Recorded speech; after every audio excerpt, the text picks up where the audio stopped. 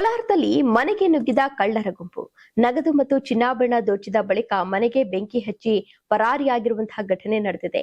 ಕೋಲಾರ ಜಿಲ್ಲೆಯ ಮಲ್ಲಸಂದ್ರದಲ್ಲಿ ಭೀಕರ ಕಳ್ಳತನ ಮಾಡಿ ಬೆಂಕಿ ಹಚ್ಚಿದ್ದಾರೆ. ಮನೆಗೆ ನುಗ್ಗಿದ ಕಳ್ಳರು ನಗದು ಹಣ ಹಾಗೂ ಚಿನ್ನಾಭರಣ ದೋಚಿದ ಬಳಿಕ ಮನೆಗೆ ಬೆಂಕಿ ಹಚ್ಚಿ ಪರಾರಿಯಾಗಿದ್ದಾರೆ.